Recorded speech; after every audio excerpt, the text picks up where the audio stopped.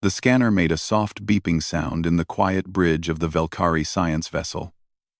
Commander Velthara lifted her head from the data screen and looked at the viewport. Space stretched out before her, empty and dark as always. But something was different today. "Commander, we have detected an unknown vessel," her second officer reported. His voice carried a hint of excitement. The Velkhari Empire had mapped this sector centuries ago. Finding anything new was rare. Velthara stood from her command chair and walked closer to the main display. Her tall, slender form moved with grace. The Velkhari had ruled 3 quadrants of space for thousands of years. They had seen almost everything. Or so they thought. "Show me," she commanded. The screen flickered and showed a ship floating in the darkness. It was not moving. No lights blinked on its hull. No energy signatures pulsed from its engines. The vessel looked dead, like a piece of metal trash drifting through the void. But Velthara's experienced eyes noticed something strange. The ship's design was unusual. The hull had angles and shapes she had never seen before. The metal itself seemed different, darker than normal alloys. "Run a basic scan," she ordered. "I want to know what we're looking at." Her crew worked quickly. Velthara had trained them well. Within moments, data began flowing across the screens. What she saw made her pause. The ship was old, very old. At least by Velkhari standards. But the materials in its construction were wrong. The scanners showed elements that should not exist in stable form. Some of the alloys registered as impossible combinations. The readings made no sense. "Commander, the vessel appears damaged," another officer reported. "Hull breaches in multiple sections. No life signs. No power signatures. It has been dead for some time." Velthara studied the ship more carefully. Scorch marks covered parts of the hull. Large sections looked melted or torn away. This ship had been in a battle. A terrible one. "Can we identify the species?" she asked. "Negative, Commander. The design matches nothing in our database. We have records of 473 spacefaring species. This ship belongs to none of them. A new species." Velthara felt a flutter of curiosity in her chest. The galaxy was vast, but the Velkhari had explored so much of it. Finding someone completely unknown was exciting. "Bring us closer," she said. "Maintain safe distance. I want full sensor coverage." The science vessel moved forward slowly. Its engines hummed softly as it approached the dead ship. Velthara watched every screen, noting every detail. The unknown vessel was large, perhaps 3 times the size of her own ship. It had weapons ports along the sides, though many were destroyed. This had been a military vessel of some kind. "Commander, I am detecting unusual energy readings from the core," the science officer called out. "Very faint, but present. Some kind of residual power source." "What kind?" Velthara asked. "Unknown. The signature does not match any reactor type we have encountered. It is stable, but alien." Velthara made her decision. "Prepare for a deep scan. I want everything. Hull composition, internal structure, data cores if they still exist. Everything." Her second officer turned to face her. "Commander, protocol requires we report unknown vessels before conducting invasive scans. We should contact the nearest military outpost." "That will take days," Velthara said, waving her hand dismissively. "The ship is clearly derelict. It poses no threat. We will scan first, then report our findings. The Empire will praise our initiative." She did not wait for a response. With a few commands on her console, Velthara activated the deep scanning array. Powerful sensors reached out from her ship, touching the unknown vessel with invisible fingers of energy. They probed the hull, pushed past damaged sections, and reached into the ship's interior. Data flooded the screens. So much data. The unknown ship had extensive computer systems, far more than Velthara expected. Most of them were damaged, but several data cores remained intact, protected by some kind of hardened shielding. "I have accessed a data storage unit," the communications officer announced. "It contains text files. The language is unknown, but our translation algorithms are working on it." Velthara moved to stand behind the officer's station. She watched as alien symbols appeared on the screen, shifting and changing as the computer worked to decode them. The Velkari translation systems were the best in known space. They could decode almost any language given enough sample text. The symbols stabilized. Words formed. "Velthara, read the first translated file." It appeared to be a ship manifest. "KSNS, Indomitable," she read aloud. "Classification: Colony Defense Vessel. Crew complement: 340 souls." "Only 340? Her second officer said with surprise. "For a ship this size? That is a very small crew." Velthara agreed. Velkari ships of similar size carried at least 1,000 crew members. This species seemed to operate differently. More files translated. She found crew names. Captain Tay, Lieutenant Hana, Engineer Day. The names were short and simple. Each crew member had a service record attached. Velthara skimmed through several of them. "These appear to be military personnel," she observed. "But look at their backgrounds. This one was a farmer before joining. This one was a teacher. Many of them have very little combat training. Perhaps they were a peaceful species," the science officer suggested. "Maybe they only recently needed warships." Velthara continued reading. She found technical specifications for the ship. The weapons were primitive compared to Velkari technology. The shields were basic. The engines were functional but inefficient. Everything about the ship screamed outdated design. "Commander, I have found the ship's log files," the communications officer said. "The last entry is dated." Translating: "Approximately 5 cycles ago by our calendar." "Display it," Velthara ordered. The screen changed. A video file loaded slowly. Damaged data, reconstructing pixel by pixel. When it cleared, Velthara saw a face. A strange face. The creature had smooth skin, 2 eyes positioned forward on its face, and hair growing from its head. It wore a uniform, torn and stained with dark liquid. One eye was covered with a crude bandage. "This is Captain Tay of the KSNS Indomitable," the creature spoke. The translation system converted the words in real time. "Day 47 of siege. To whoever finds this vessel, know that we were 340 crew members. We were farmers, teachers, engineers. We were taking supplies to Colony 7 when they found us." The captain paused, looking off screen at something. When those eyes returned to the camera, they held something Velthara could not quite identify. Something cold and hard. "They were 10,000 strong."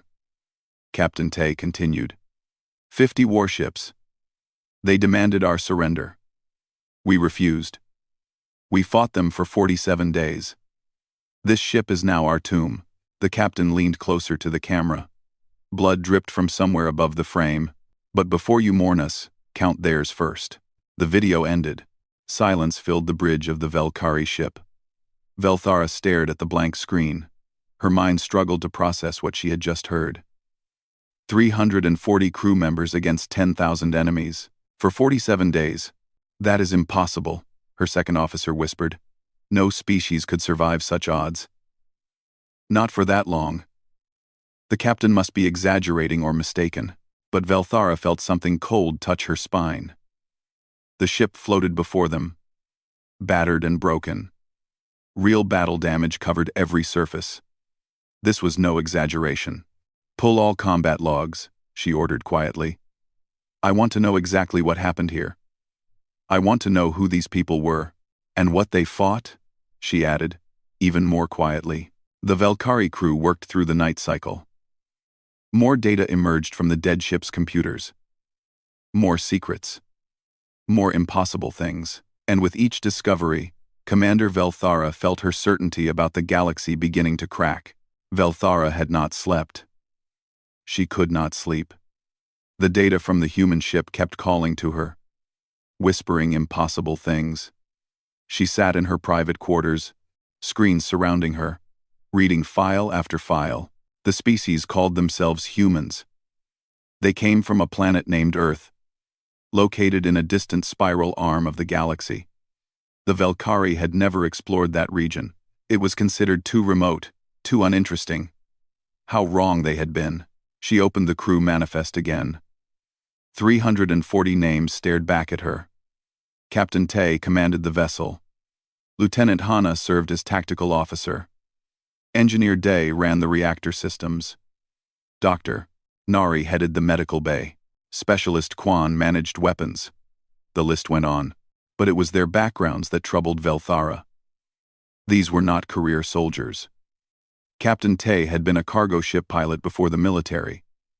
Lieutenant Hana had taught mathematics at a university. Engineer Day had worked in civilian power plants. They were ordinary people thrust into war. Velthara pulled up the biological data next. This information made even less sense than the rest. Humans were fragile, incredibly fragile. Their bodies had no natural armor. Their skin was thin and easily damaged. They had no redundant organs. If their single heart stopped, they died. If their brain was damaged, they died. They could not regenerate lost limbs. They could not survive in vacuum even for seconds. Their bones were hollow and light, designed for a world with strong gravity. But those bones broke easily. A Velkhari could survive falling from great heights. A human would shatter. Humans required constant oxygen. Their blood carried it inefficiently through a single circulatory system. Cut that system, and they bled out quickly. They had no backup, no secondary pathways, just fragile tubes carrying red liquid through soft flesh. How did such a species even reach space? Velthara muttered to herself. She opened the combat logs. The first entry was dated 52 days before the final video. Her translation system had worked through the night to decode everything. Day 1. Lieutenant Hana's voice. The log was audio only. We detected 50 vessels approaching at high speed. Unknown configuration. Captain Tay attempted to hail them. No response. They opened fire without warning. Shields holding, but taking damage. Captain has ordered evasive maneuvers. The entry ended. Velthara moved to the next one. Day 1. 6 hours later. Captain Tay, this time. They are Krenth. I recognize the ships now from intelligence briefings. Raiders. Slavers. They have demanded our surrender. They want our cargo and our crew. I have refused. We may be a transport ship, but we are still military. We do not surrender. Preparing for combat. Velthara paused. She knew of the Krenth, a brutal species. They took slaves and sold them across the black markets. The Velkhari Empire had driven them from civilized space decades ago, but they still operated in the outer regions. 50 Krenth warships against 1 human transport.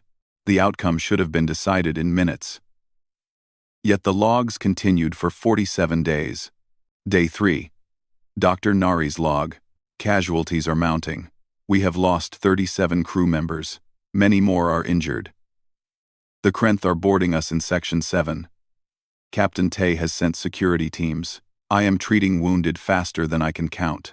Burns, lacerations, broken bones, decompression injuries. We are running low on medical supplies. Velthara did the math. 37 dead in 3 days. At that rate, the entire crew should have been gone in less than a month, but they had lasted 47 days. How? Day 7. Engineer Day's log. The reactor took a direct hit. We lost primary cooling. I have rigged a temporary system using spare parts from the recyclers. It will hold for maybe a week, maybe less. 3 of my engineering team died making the repairs. The radiation levels were lethal. They knew. They went anyway. Their names were Hyun, Mina, and Yoon. I will remember them. Velthara stopped reading. She read that part again. Lethal radiation. The engineers had gone into an area they knew would kill them, just to buy the ship more time. No species she knew would do that. Survival instinct was too strong. Even Velkhari soldiers, trained and brave, would hesitate before certain death. But these humans had walked into it willingly. She continued reading. Day 10. Specialist Quan's log. We destroyed our first Krenth ship today. Ramming action. Captain Tay used the last of our maneuvering fuel to drive us into their hull. Both ships heavily damaged. We lost another 40 crew in the collision. But we took 300 of them with us. They are learning we do not die quietly. Ramming. The humans had used their own ship as a weapon. Velthara felt something cold in her stomach. This was not normal warfare. This was desperation. Or madness. Or both. Day 15. Dr. Nari again. I have run out of anesthetic. I am performing surgeries with nothing to dull the pain. The crew members do not scream. They bite down on cloth and endure. I removed shrapnel from Lieutenant Hana's abdomen today. 17 pieces. She stayed conscious throughout. When I finished, she returned to her post on the bridge. I do not understand these people. I am one of them, and still I do not understand. Velthara read that passage 3 times. Surgery without pain medication. The human had stayed awake through it, then returned to work. The medical officer's own confusion was clear in the words. Day 20. Captain Tay's log. We have been boarded again. Krenth warriors in sections 4, 5, and 9. My security teams are fighting them hand to hand. We lost most of our weapons in the earlier attacks. The crew is using tools, pipes, anything they can grab. Private Hyun held a corridor alone for 8 minutes while others sealed the blast doors. He used his bare hands in the end. The Krenth killed him, but not before he killed 6 of them. He was 19 years old. He liked music and wanted to be a pilot. Velthara put her head in her hands. 19 years. Barely an adult. Fighting with bare hands against armored raiders. Winning. Dying. The logs went on and on. Each day brought new horrors. New impossible acts. Day 25.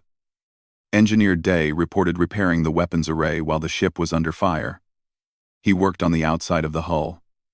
Velthara checked the specifics. The hull had been breached. No atmosphere.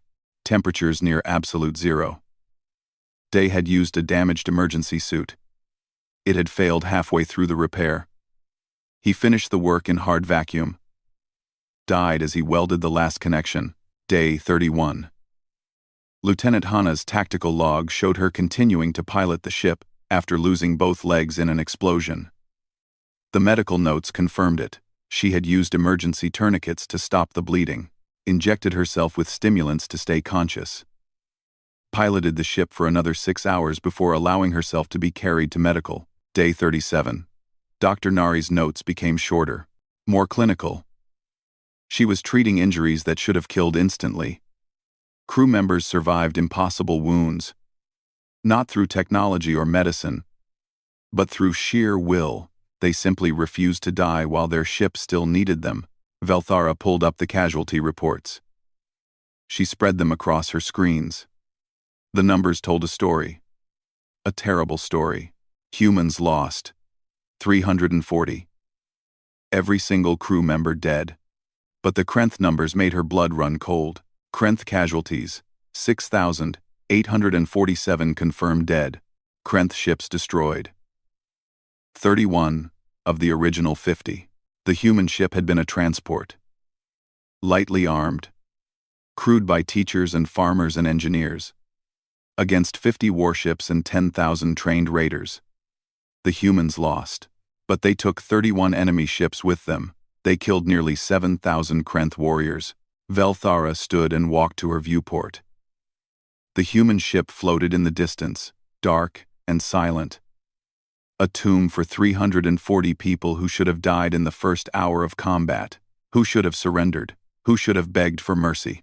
Instead, they fought for 47 days. They fought until every single one of them was dead, and they made the Krenth pay for every meter of corridor, every section of the ship, every breath of air. What kind of species does this? Velthara whispered to the empty room. She thought of the Velkari. Her own people. They were advanced, civilized. When faced with overwhelming force, They negotiated. They retreated. They preserved their lives to fight another day. That was wisdom. That was intelligence. But these humans, these fragile, weak humans, they had no wisdom. They had no sense of self-preservation. They fought impossible battles and made them costly, made them into nightmares. Velthara returned to her console. She pulled up more files. She needed to understand. There had to be an explanation. Some reason why these creatures fought like this. She found personnel files, psychological evaluations, cultural databases. The ship had carried extensive information about human civilization. She began to read, and as the hours passed, as the data revealed itself, Velthara began to feel something she had never felt before: fear. Not of weapons or ships or technology. Fear of a species that did not know how to quit. That carried something in their spirit she could not name. Something that made them more dangerous than any weapon ever built. The files spoke of Earth. A violent world. Harsh. Unforgiving. They spoke of human history. 10,000 years of war. Against nature. Against each other. Against everything. Humans were survivors. But not like other species survived. They survived by refusing to accept death. By fighting it. By raging against it. Velthara read until her eyes hurt. And with each file, each log, each impossible act, her fear grew. Velthara called her senior staff to the main briefing room. She needed others to see what she had seen, to confirm she was not going mad.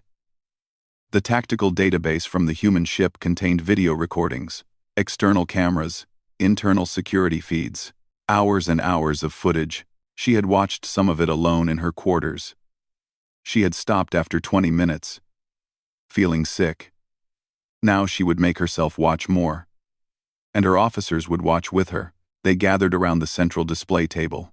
6 of her most trusted crew members, scientists, tactical officers, her second-in-command. All of them had read the preliminary reports. None of them believed it. "Commander, with respect, these numbers cannot be accurate," her second officer said. 300 humans destroying 31 warships? Killing nearly 7,000 Krenth? It defies all tactical logic. "I thought the same," Velthara replied. "That is why we will watch the recordings." The ship's external cameras captured the entire battle. "We will see exactly what happened." She activated the display. The holographic projection filled the center of the room. The view showed space around the human ship. 50 Krenth vessels approached in attack formation. Their ships were larger than the human transport. Better armed. More advanced. "Timestamp shows this is day 1, Velthara narrated.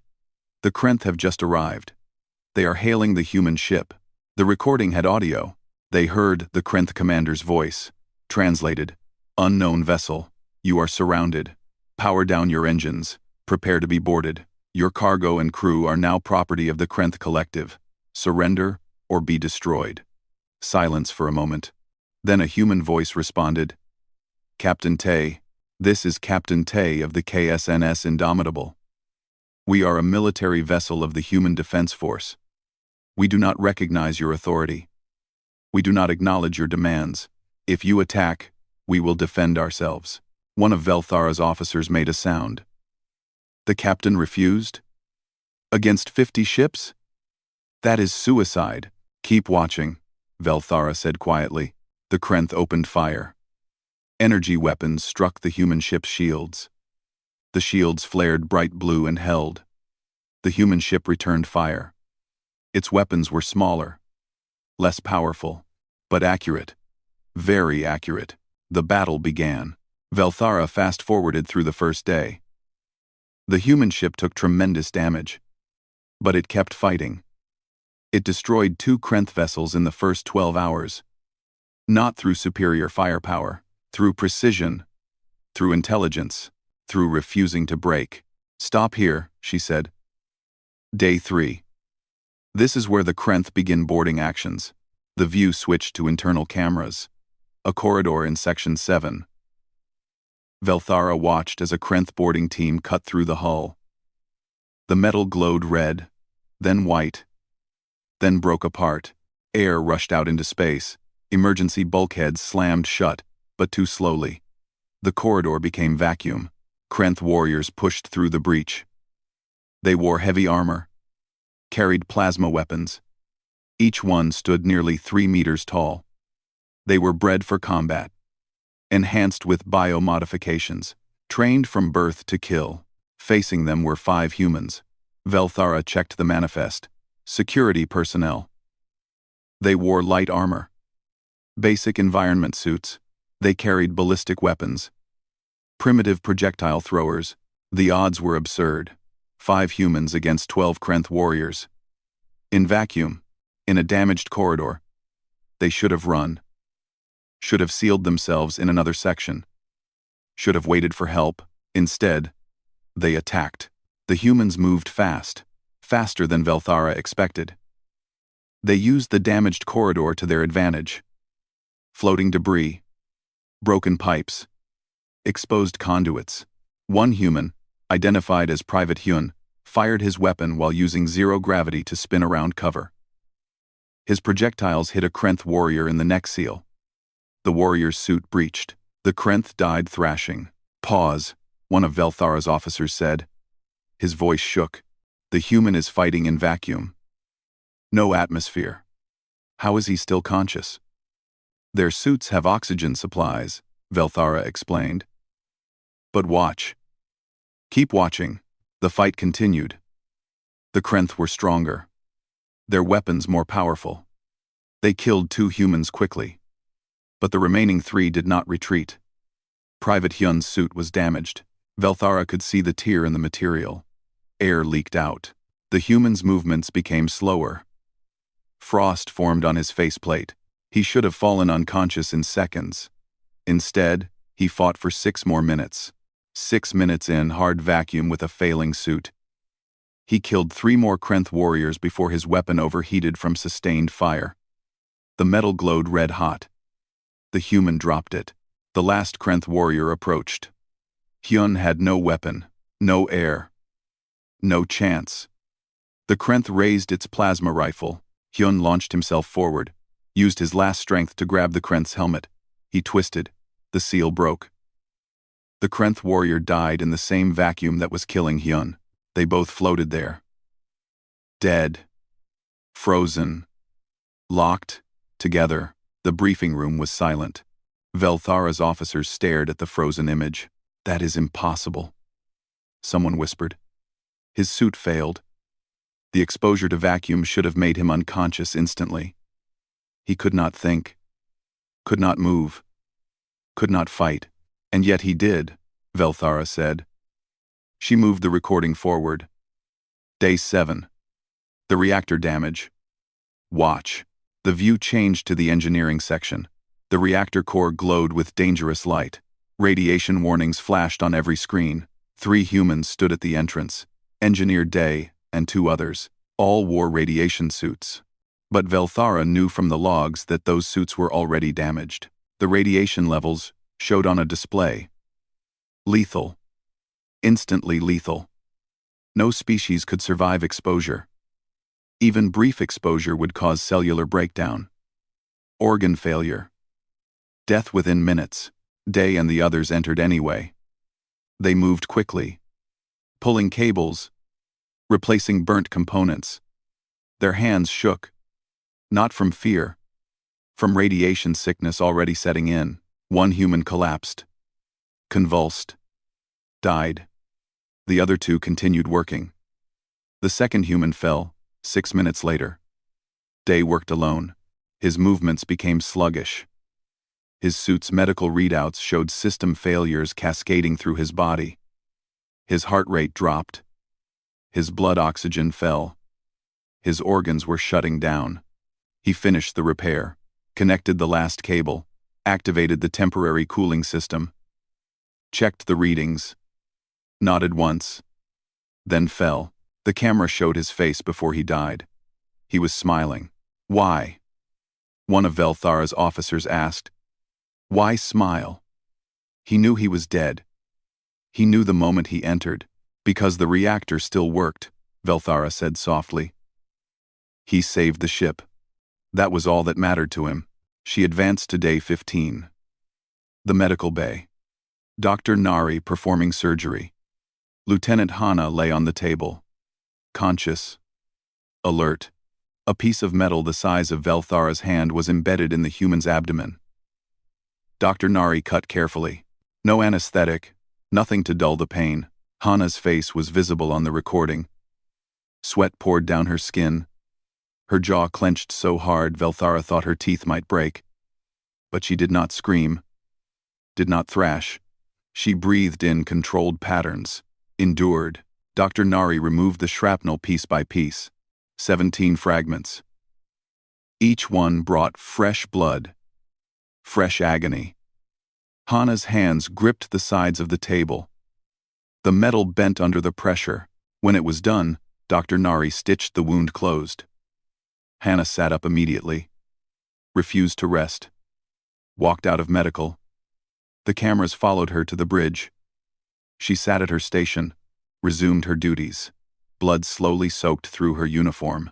She should be unconscious from pain, Velthara's medical officer said. That level of trauma, without medication, the shock alone should kill her. The logs say she worked for 6 more hours before allowing herself to rest, Velthara replied. She showed them more. Day 20. Private Hyun's brother, also named Hyun, fighting Krenth warriors with a piece of broken pipe. His weapon was gone. His armor shattered. He was bleeding from a dozen wounds. He killed 4 Krenth before they brought him down. Died standing. Refused to fall. Day 25. Ensign Mina, repairing the outer hull.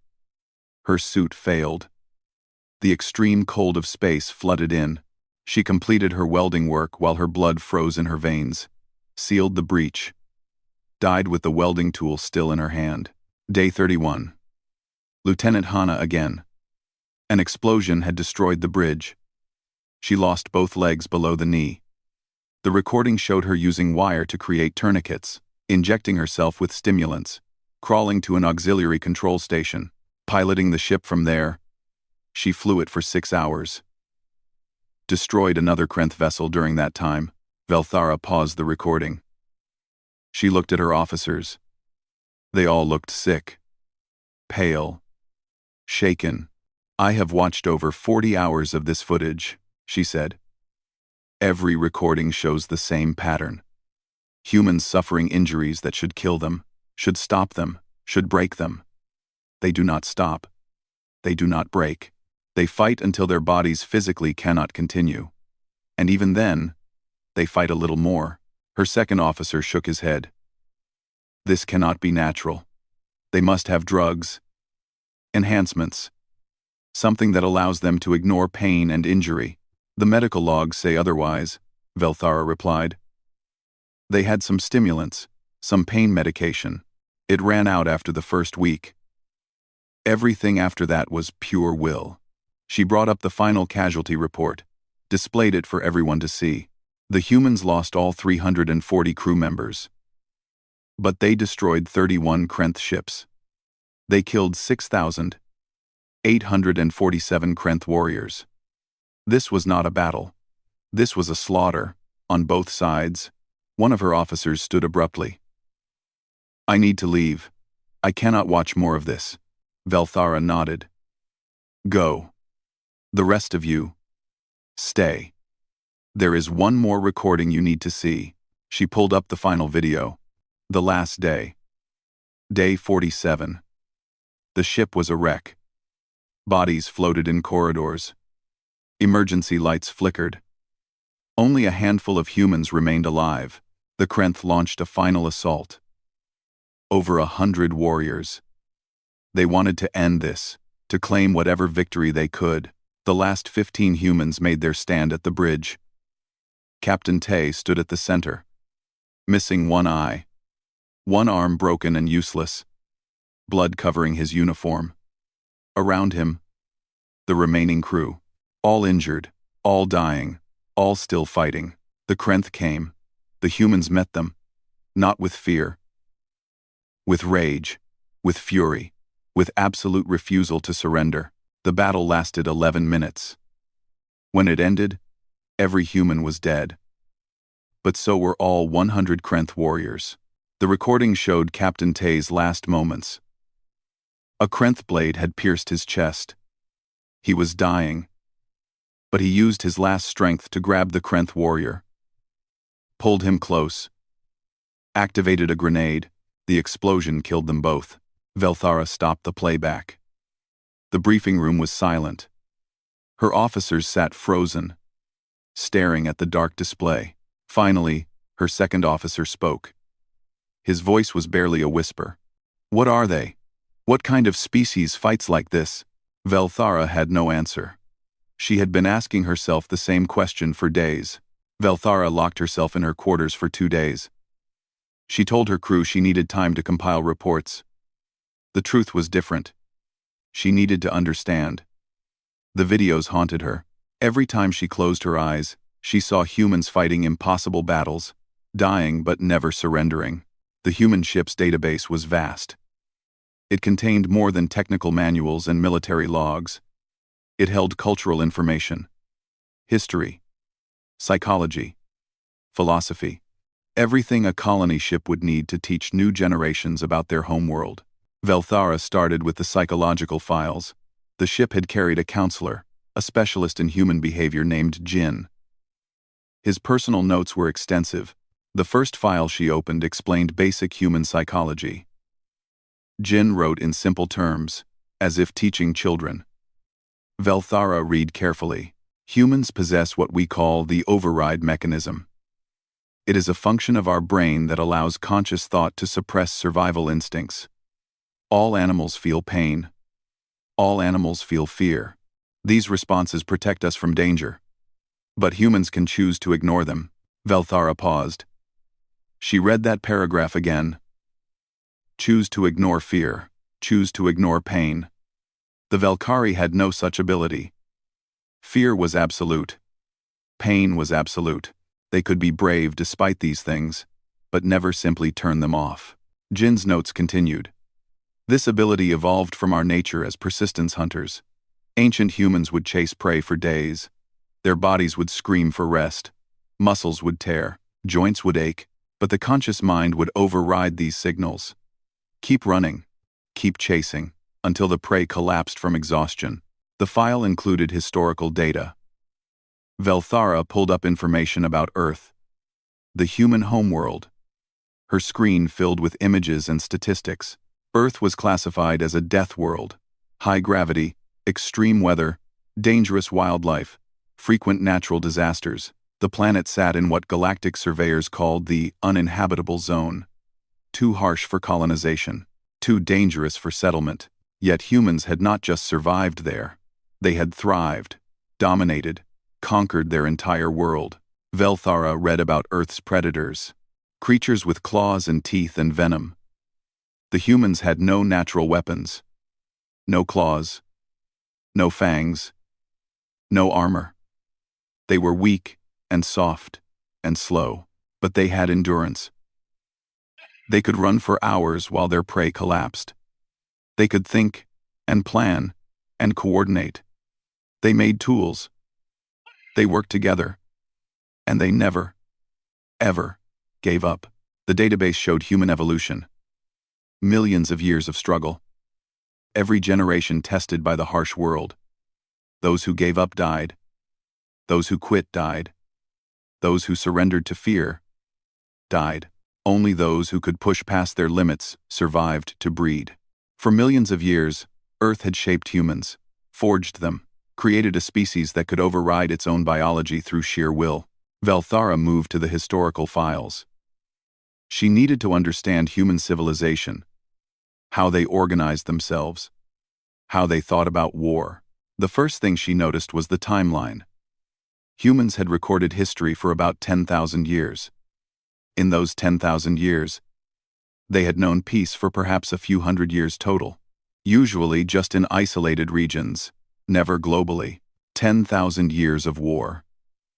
Fighting over resources, over territory, over ideas, over gods. Humans fought each other constantly. They developed weapons, Tactics. Strategies. They wrote books about war, studied it like science, perfected it like art. Velthara found military doctrine files, training manuals, battle philosophies. One document was titled, On Combat. She opened it. The text described how humans prepared for war. They did not just train physically. They trained mentally, psychologically. They practiced fighting while injured, while exhausted, while afraid. They learned to function in conditions that would break other species. A human soldier, the document read, must be prepared to continue mission completion even after sustaining severe injury. Pain is inevitable. Suffering is inevitable. Death may be inevitable. But surrender is always a choice, and we choose never to surrender. Velthara sat back in her chair. The words were simple, blunt, horrifying. She found more files. Historical battles. Humans fighting impossible odds. A place called Thermopylae, where 300 soldiers held off hundreds of thousands. A siege called Stalingrad, where an entire city became a battlefield. Years of fighting, millions dead, neither side willing to quit. Over and over, the pattern repeated. Humans fought when they should have run, stood when they should have fled, died rather than surrender. It was not rare. It was normal, expected, part of their culture. Velthara discovered human literature, stories and poems and songs, many of them about war, about fighting, about sacrifice. She found one poem referenced in several places. It seemed important to humans, sacred, even.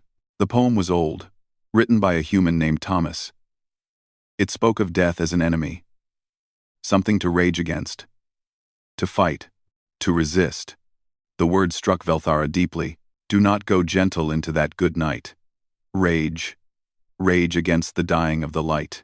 She read the poem several times, tried to understand it. The Velkhari viewed death as natural, inevitable. When death came, they accepted it with dignity, made peace with it. Humans did the opposite. They raged. They fought death itself like it was an enemy that could be defeated. They refused to go gentle, refused to accept. They screamed and struggled and resisted until their very last breath. Velthara found more psychological files. Dr. Nari had written extensively about human pain tolerance. Her notes were clinical but revealed something disturbing. Humans can consciously endure extreme pain through mental discipline. They can compartmentalize suffering, put it aside, function despite it. This is not a rare ability among humans. Most can do it to some degree. Those with training can do it to extraordinary degrees. Dr. Nari had included case studies, soldiers who continued fighting with terrible wounds, athletes who competed with broken bones, ordinary people who performed amazing feats during emergencies, all of them sharing the same trait. The ability to decide that the pain did not matter, that the goal was more important. More files. Captain Sora's intelligence reports. She had compiled information about human military philosophy. One section made Velthara's blood run cold. Human military doctrine across all nations and time periods shares common principles. First, never surrender while you can still fight. Second, make the enemy pay for every victory. Third, if defeat is certain, make it cost them so much they regret the battle. We do not fight to win. We fight to make the alternative unacceptable. Velthara understood now. The KSNS Indomitable could not defeat 50 Krenth warships. Captain Tay knew that from the beginning. Surrender might have saved some lives. Negotiations might have allowed survival. But the captain chose differently. If we must die, he had decided, we will make them pay. We will hurt them so badly they remember us. We will make them regret finding us. And they had. 31 ships destroyed. Nearly 7,000 dead. The Krenth won the battle, but at such cost that the remaining ships limped away, damaged and broken. Velthara pulled up the last file from psychologist Jin. His final entry, written days before his death. I have been thinking about what makes us human. What defines us as a species. We are not the strongest. Not the fastest. Not the smartest. Many species exceed us in every measurable way, but we have one trait that seems unique. We do not know how to quit. Jin's words continued. Other species fight to survive. They retreat when outmatched. They surrender when defeated. This is logical, intelligent, but humans fight beyond logic.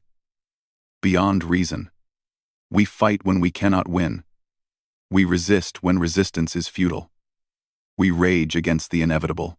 The psychologist's final words were haunting. Perhaps this is madness. Perhaps this is evolution's cruelest joke. We are cursed with the ability to hope, even in hopeless situations, to fight even in unwinnable battles, to resist even when resistance means death. I do not know if this makes us brave or simply broken. I know only that we cannot be otherwise. We are human. We do not surrender. We cannot. It is not in our nature. Velthara closed the file. She sat in silence for a long time. Outside her window, the human ship floated in the darkness. A tomb. A monument. A warning. She thought about the Velkari Empire. Her proud people. Advanced and civilized and strong. They had conquered through technology. Through intelligence. Through careful planning and logical warfare. But if they ever faced humanity in battle, what would happen? The Velkari had better ships, better weapons, better technology. They would win battles. Win wars. Perhaps, but at what cost? How many Velkari would die to defeat a species that did not know how to quit? That would fight to the last individual? That would make every victory a bloodbath? Velthara pulled up the database one more time. She searched for information about Earth's location. About human space. About their military capacity. The files showed 20 human colonies, 50 billion humans in total, a young species, just beginning to expand into the galaxy. Their technology was primitive by galactic standards. Their ships were outdated. Their weapons were basic, but they were growing, learning, advancing, and they carried with them 10,000 years of war. Millions of years of evolution that taught them never to surrender. A culture built on resistance and sacrifice and fighting impossible odds. Velthara made a decision. She opened a priority communication channel to the Velkari High Command. This information was too important to delay.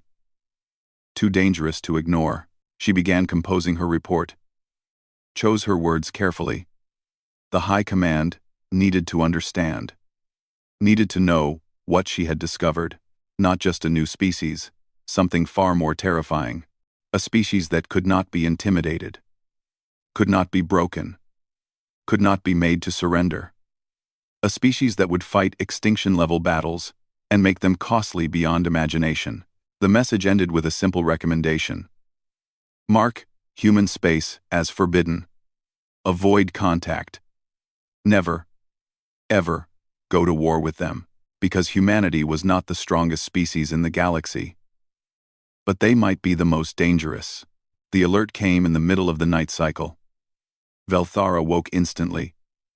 Her training overriding sleep. Her communication console flashed red. Priority signal.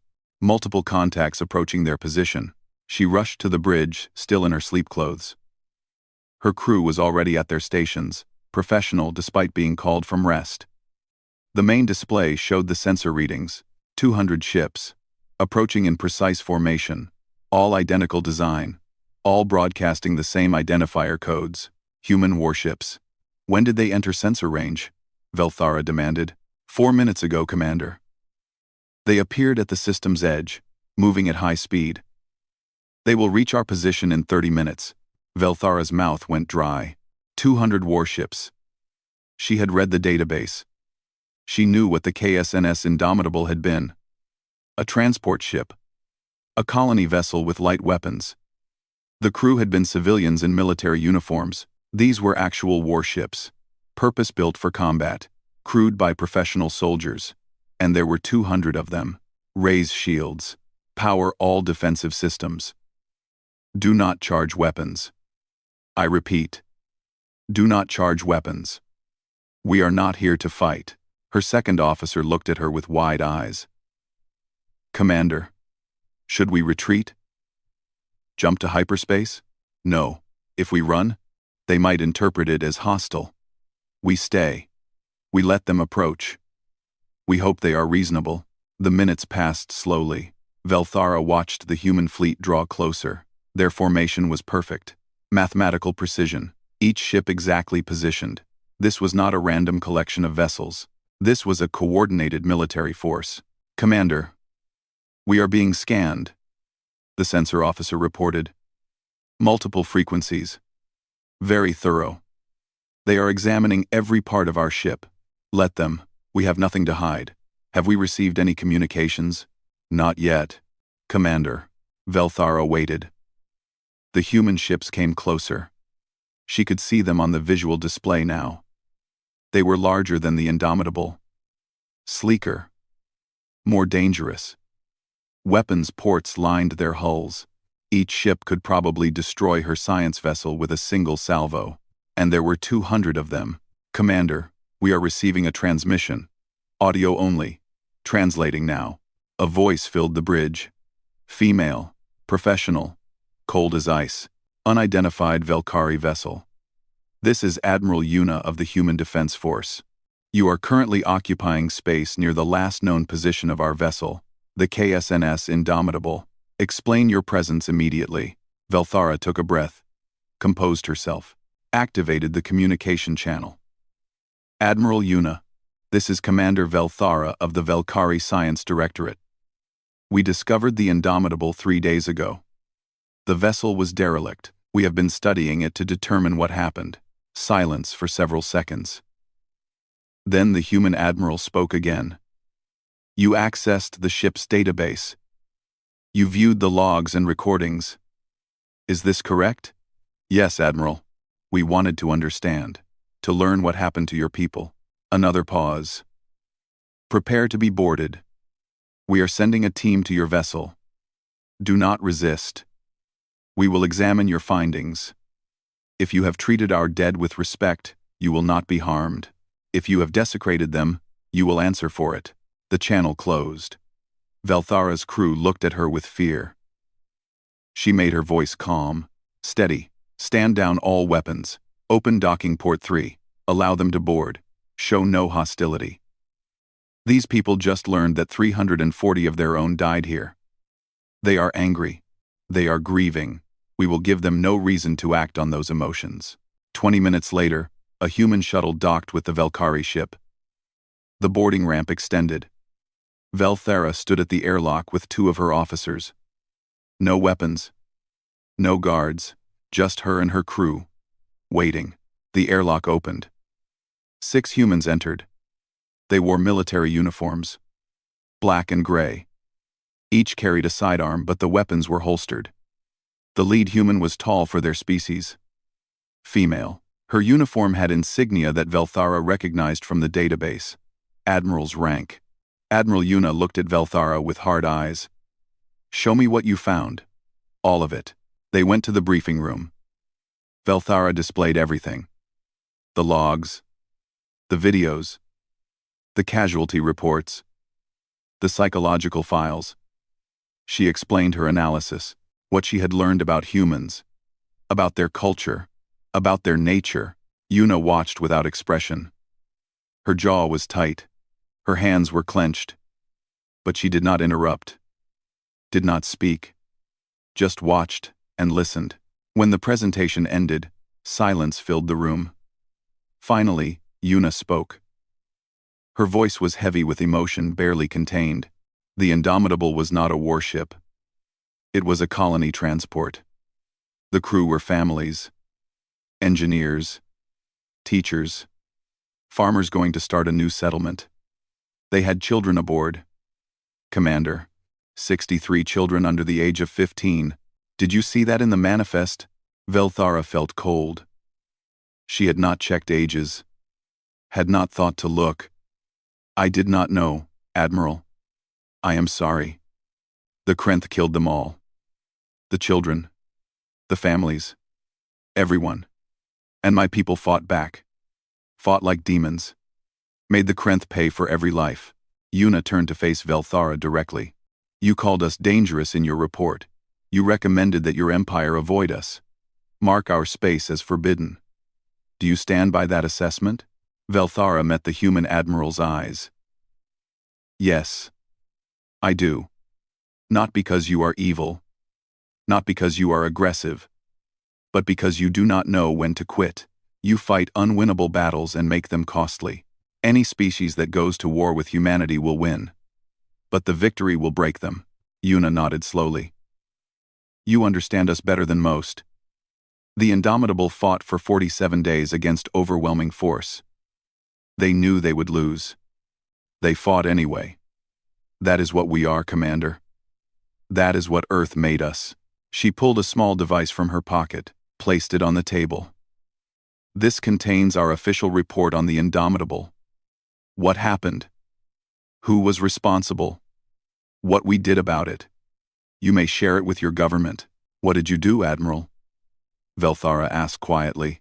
We found the Krenth base that launched the attack. We offered them one chance to surrender. To face trial for the murder of civilians. They refused.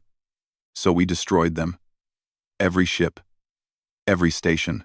Every facility. 3,000 Krenth died. We took no prisoners. Velthara felt her blood chill.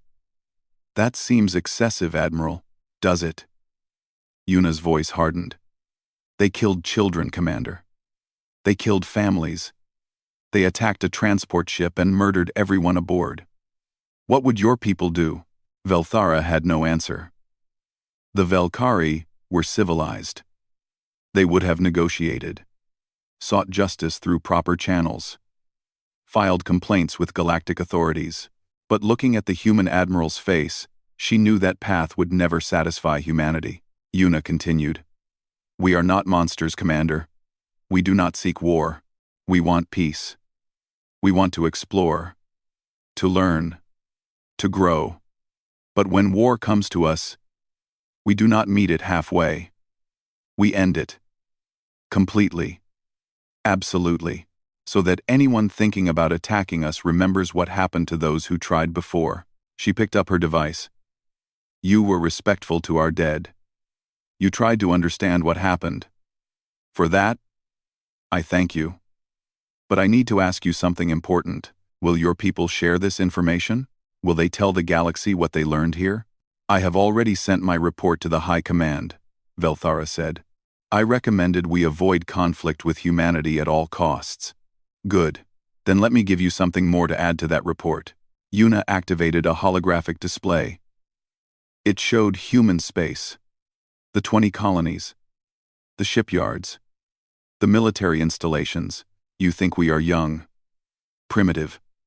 Barely into space. That assessment is partially correct. We have been spacefaring for only 200 years. We have 20 colonies. 50 billion people. Our technology lags behind the galactic standard by several generations. The display changed, showed new information. Velthara's eyes widened. But what you do not know is this. We build warships the way other species build cargo haulers. Constantly, compulsively. Every colony has shipyards. Every system has defense fleets. In the last 50 years, we have constructed over 8,000 military vessels. 8,000. Velthara felt faint. The Velkari Empire had perhaps 1,200 warships total. Built over centuries. Maintained carefully.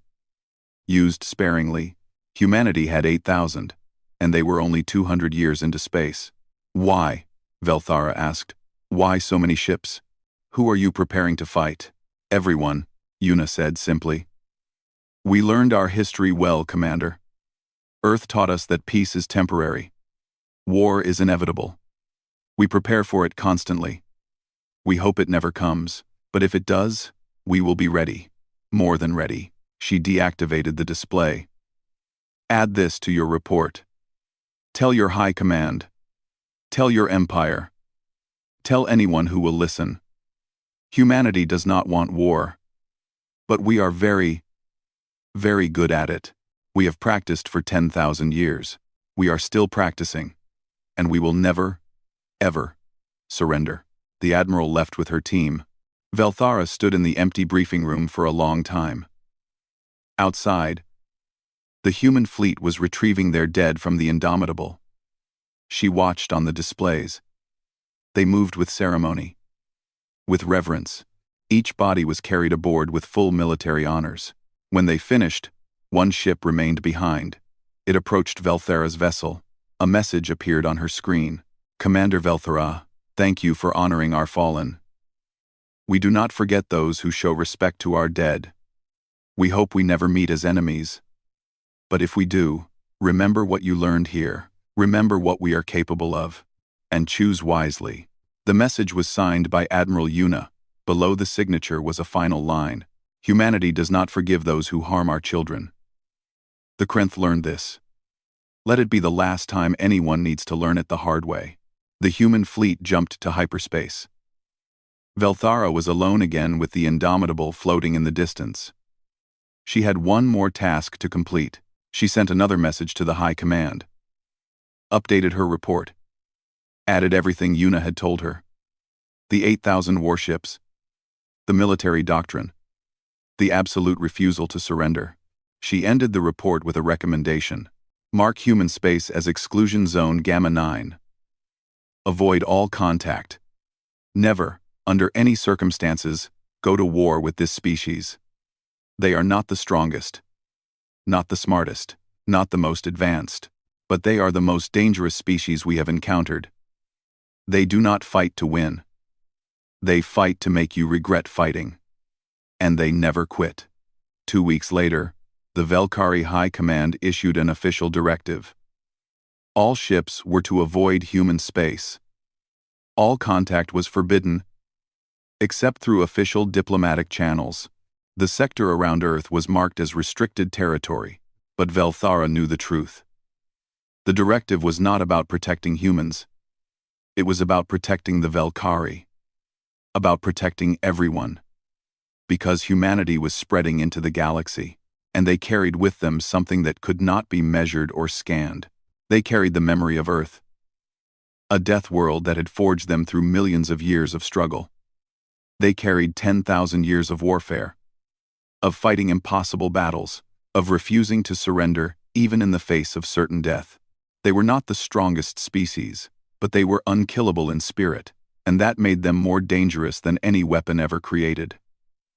The galaxy would learn this eventually. Some would learn through peaceful contact, through trade and diplomacy and mutual respect. Others would learn the way the Krenth had learned. The hard way. The bloody way. The way that left monuments floating in space, warning others not to make the same mistake. Velthara looked at the Indomitable one final time. The Velkhari Empire had left it exactly where they found it. A tomb. A memorial. A warning. And near it, they placed a marker. A simple message in every known language. Here lie 340 humans. They were farmers, teachers, and engineers. They were families going to build a new home. They were attacked by 50 warships crewed by 10,000 warriors. They lost, but they destroyed 31 ships and killed nearly 7,000 enemies before they fell. Do not disturb this place. Do not forget what happened here. Do not make the mistake of thinking humanity can be broken. They cannot. They will not. They are survivors of Earth, and they do not know how to quit.